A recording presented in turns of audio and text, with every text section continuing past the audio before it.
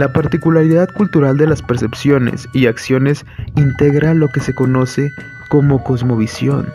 La cosmovisión puede definirse como un hecho histórico de producción de pensamiento social, inmerso en discursos de larga duración, hecho complejo, integrado como un conjunto estructurado y relativamente congruente por los diversos sistemas ideológicos con los que una entidad social, en un tiempo histórico dado, pretende aprender el universo. Hay dos formas de creación de cosmovisión. La primera como un producto de las relaciones cotidianas de los hombres entre ellos mismos y en su enfrentamiento a la naturaleza, creación colectiva, racional pero inconsciente, de sistemas particulares y globales. La segunda como obra consciente y sistematizadora de pensadores individuales.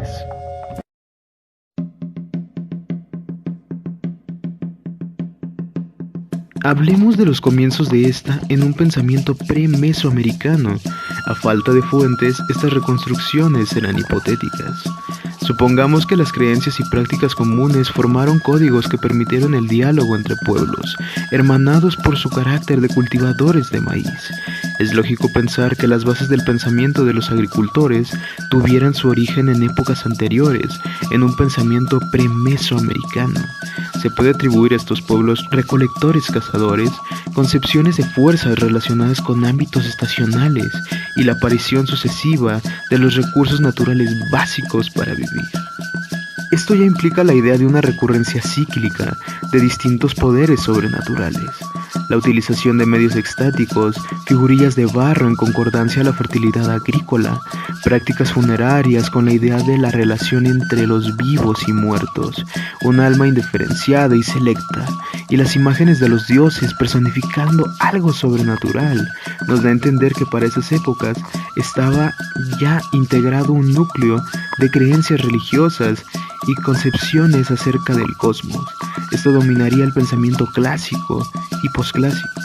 En el clásico se nos darán los dos ejes de la cosmovisión mesoamericana: la preocupación por el régimen de lluvias y la obsesión del devenir temporal. Estos se unirán e incluirán en el ámbito político, en los símbolos pluviales y astrales. Para el posclásico cabe decir que la información que nos deja la palabra escrita estaba influenciada por los dominantes. Esto, a pesar de la información que se tiene, será poco para entrar en una cosmovisión que, caída Mesoamérica, aún nos permea.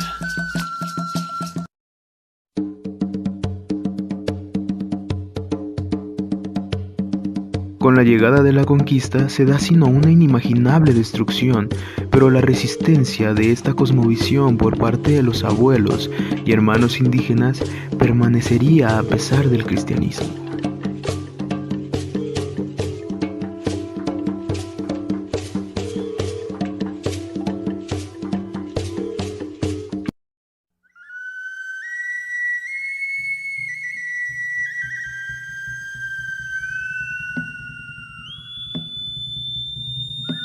En este ámbito de clasificación encontraremos interesante la participación de aquel que experimenta la cosmovisión en cuanto a lo llamado sagrado y profano, natural y sobrenatural. Con la división natural y sobrenatural tendremos algunas concepciones básicas que observar como las siguientes. Para el mesoamericano existía lo cósmico, lo oculto, lo misterioso, invisible, difícil de comprender. Pero esto no lo frenó en cuanto a intentar comprenderlo.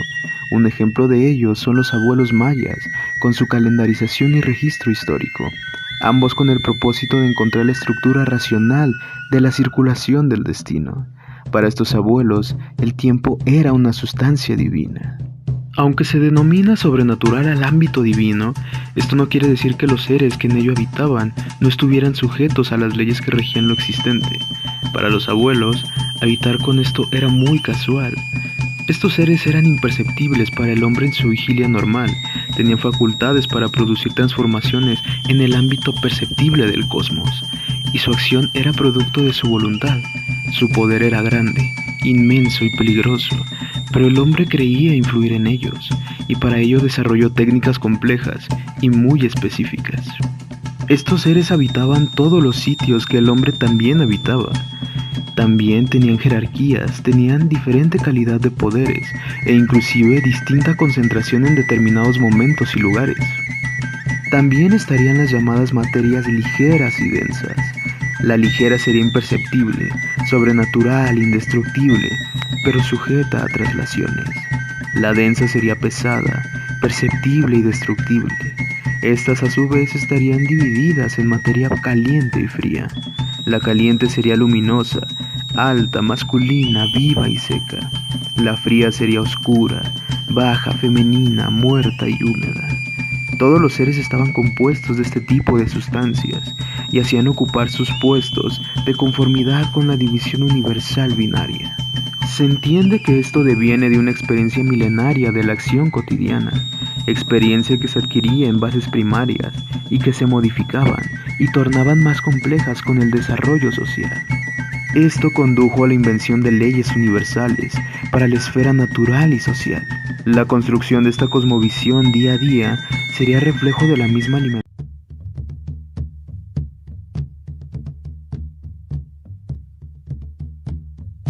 Para los mesoamericanos el tiempo era sagrado. Un ejemplo de ello son los abuelos zapotecos, a quien a su dios supremo le llamaban Pijetao, el gran tiempo. Para los abuelos mayas, un día es en sí mismo un dios, dios día. En términos generales, los cómputos calendáricos tenían como mecanismo el ajuste de ciclos de distinta dimensión, siempre con el fin y el empiezo de un ciclo. Algunos de los ejemplos de esto son los siguientes. Trecenas, cada una de ellas tiene un dios patrono. Veintenas, cada día tenía un dios protector. Tzoltzin Otonalpowali. Opige, ciclo de 260 días para uso adivinatorio. Ciclo de 2 días.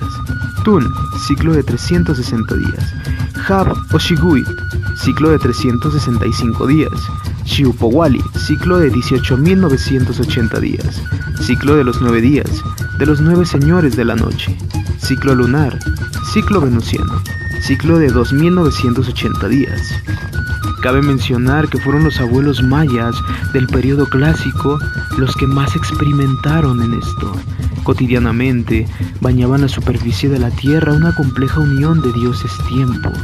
Con ayuda de aquellos que se dedicaban al estudio de estos cómputos, se podían evitar las malas influencias y aprovechar las buenas por medio de actos propiciatorios y de una recta conducta.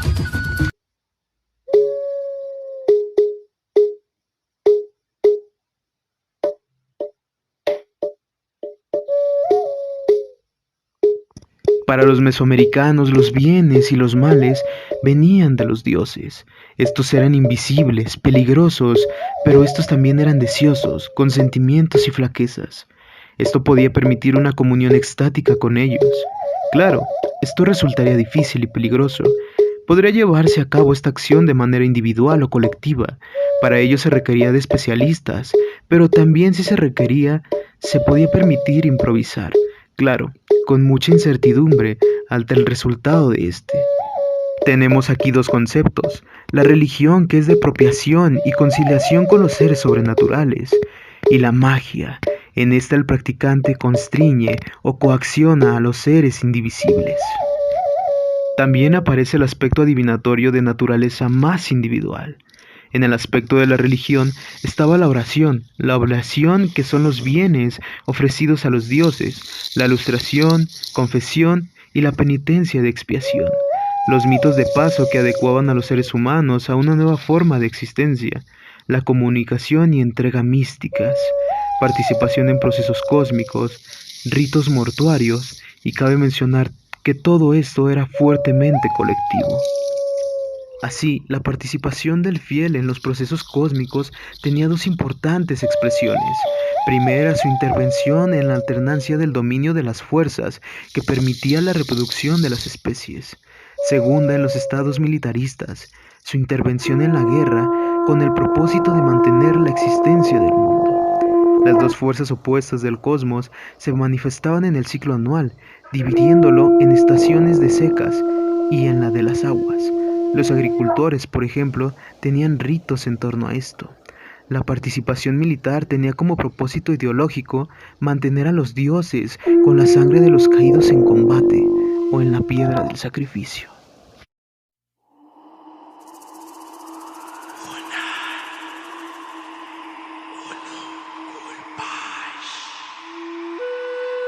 ¿Será la magia la acción en el doble plano de lo natural y lo sobrenatural? La acción del mago en la materia pesada y en la sutil lo llevaba a resultados más seguros, y como la religión era concebida como productiva y eficaz, para el practicante era real, directa y complementaria en la parte visible de los seres. La técnica más usual de magia era el discurso. Los abuelos nahuas se referían a ello como nahuatoli, el lenguaje del oculto. La magia era practicada por cazadores, recolectores de miel, leñadores, pescadores, fabricantes de cal, agricultores, etc. Pero eran los profesionales quienes tenían las más valiosas técnicas mágicas, como los médicos que conseguían la salud por medio de lo invisible, quienes se ocupaban de curar de aquello que era invisible. Podían curar almas y expulsar invasores, los curadores de almas. Claro está que los profesionales se arriesgaban debido al contacto más directo con las fuerzas ocultas. Este viajaba por uno de los árboles cósmicos a los 9 pisos del cielo o los 9 del inframundo, y encontraba ya, en un punto preciso del presente total, la solución a su problema. Había magos malvados también. Soplaban maleficios, quemaban efigies de sus víctimas, comían de forma imperceptible los corazones o pantorrillas, dormían con pases mágicos a quienes robaban. Había mujeres y hombres que salían por las noches con formas tenebrosas. El nahuali, que contaba con la capacidad de controlar la salida de alguna de sus almas y de introducirla temporalmente en seres animales para actuar dentro de ellos a voluntad.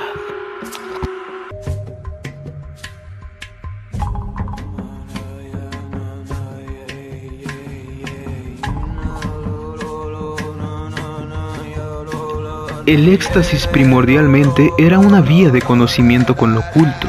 Tenía frente a sí la visión de las posibilidades de la existencia, el absoluto presente. Este éxtasis era alcanzado por psicotrópicos o por mortificación del cuerpo. El transportamiento o el desmayo se daba debido a la pérdida de sangre o cansancio, y allí era donde se podía hablar con los dioses. De los psicotrópicos que se daban en abundancia en Mesoamérica, se mencionan las prácticas terapéuticas. El médico las ingería y percibía la sobrenaturaleza del origen de su paciente. Se percibían seres sobrenaturales que comunicaban secretos del pasado, del futuro y de lo oculto. También se recurría a la isonomía, la igualdad. Al proyectar grandes procesos del mundo, se proyectaba en pequeños procesos que el adivino podía observar. Era paralelo. Un ejemplo de ello es el árbol cósmico y el antebrazo de un paciente. Se podía ver las partes anímicas del enfermo en los granos de maíz, en un lienzo, en un recipiente de agua, o en la unión del paciente y las enfermedades en una maraña de cuerdas. Los sueños eran desvelados por aquellos que tenían conocimientos de las cuentas calendáricas y del libro de los sueños, o en náhuatl, Temicamat. Así, estos aconsejaban qué actividad se debía tener ante el riesgo de un mal destino. Todos nos iremos allá, Timoche, Tonyask. Del mismo modo, nadie va a quedarse.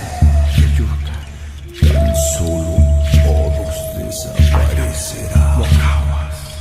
Nos iremos del mismo modo a su morada. Tan solo como una pintura nos iremos borrando. Tan solo como una flor nos iremos marchitando.